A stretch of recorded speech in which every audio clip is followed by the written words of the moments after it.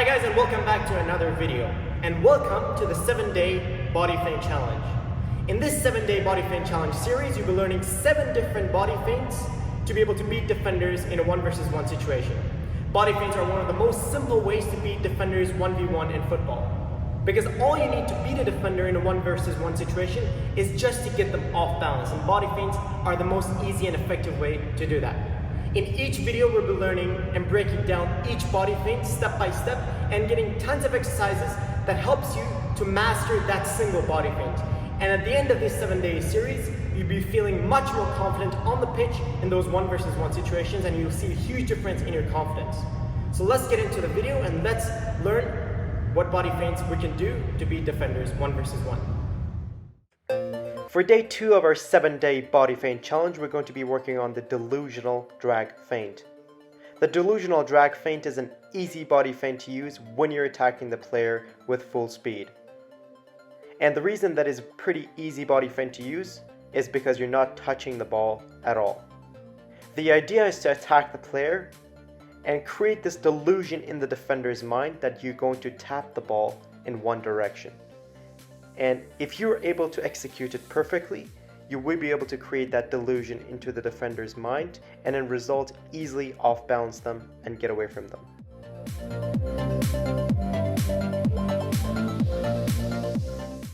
The first step of performing the delusional drag feint is to be making sure to attack the defender straight with speed. The second step is to be making sure that the ball is in between your toes and that your strong foot gets close to the ball. The third step is to make sure that your strong foot is facing outwards, the toes of your strong foot are facing outwards, and that you lean in the direction of your fake. Then you're bringing your foot off the ground and you're hopping on the other foot. And as you hop, you want to face in the direction of the fake, bring your feet together and tap the ball in the opposite direction. To practice our delusional fake, the first exercise we're going to practice our fake tap. So all we're doing is to have the ball in between our toes and we're just hopping on one foot. And we're also making sure that the other foot does the delusional tap in the opposite direction. So we're not actually tapping the ball, but we're bringing our foot close to the ball to create that delusion in the defender's mind that we're going to tap the ball. As explained, you want to make sure to face your toes outwards and to be making sure that your foot comes very close to the ball. As you progress in this exercise, you also want to make sure to start bringing your opposite shoulder inwards just to sell your fake even more. Make sure to get as much repetitions as you possibly can to perform this step correctly, because it is a crucially important step in performing this body feint.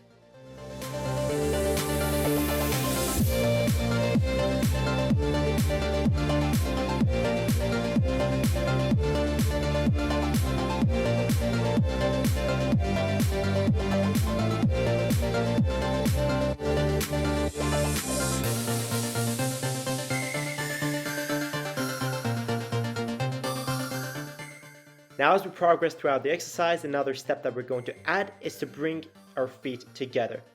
So once you perform the fake tap, now you want to bring both feet together to get ready to tap the ball in the opposite direction. Mastering this part helps you to be more explosive once you beat the defender and you off-balance the defender.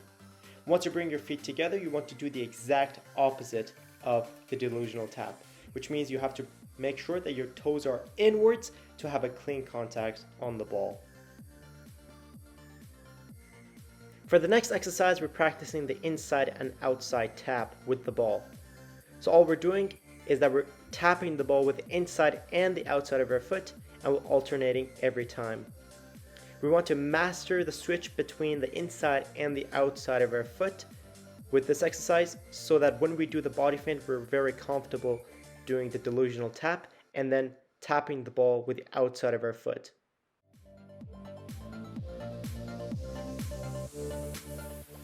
If you're a more advanced player, I definitely recommend to also practice that with your weak foot, because you must be able to perform the move with both feet just to be a more dangerous player.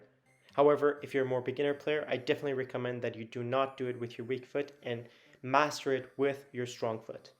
Then once we master all the exercises until here, we want to bring all the steps together and practice doing the body feint at a slow pace. So we want to bring all the steps together like a puzzle and now practice doing the full body feint. But we don't want to do it at speed, but we want to make sure to do it at a slow pace, but to be making sure to be doing every step in a correct way. So speed does not matter at all in the beginning. All that matters is for you to perform every step correctly. And once you perform every step correctly, you can add the element of speed as you master the move. Now this body feint is a multi-directional body feint, which means you can perform it either if the defender is in front of you or if the defender is behind you.